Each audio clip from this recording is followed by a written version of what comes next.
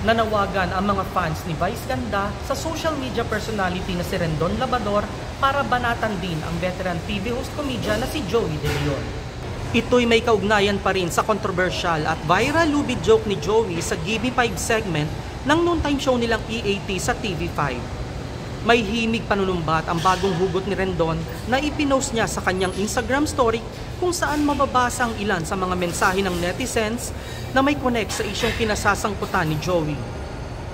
Say ni Rendon pagkatapos daw siyang batikusin ng mga fans dahil sa paninitan niya kay Vice at sa partner nitong si Ayon Perez ay lalapit sa kanya ngayon ang mga ito para sabihing banatan din ng EAT host dahil sa pagbibiro nito na may kaugnayan sa suicide. Sa segment nga ng show na Give Me 5, nitong nagdaang Sabado, ang tanong sa isang contestant ay magbigay ng mga bagay na isinasabit sa leeg.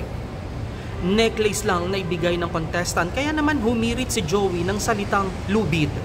Kasunod nga nito ang pambabash at pag-call out kay Joey ng mga netizens at pinaalalahanan siya na hindi tamang gawing joke ang suicide. Nangako naman ang Movie and Television Review and Classification Board na iimbestigahan nila ang umairing episode ng EAT. Samantala, dahil wala na nga siyang Facebook account, sa IG na lamang idinaan ni Rendon ang paghagupit kay Joey. Pasalamat daw ang komedyante at wala na siyang FB. Nirepost din niya sa isa pang Instagram story ang mensaheng ipinadala sa kanya ng mga supporters ni Vice Ganda. Feeling daw kasi nila ay hindi na naman ito pakikialaman ni MTRCB Chairperson Lala Soto.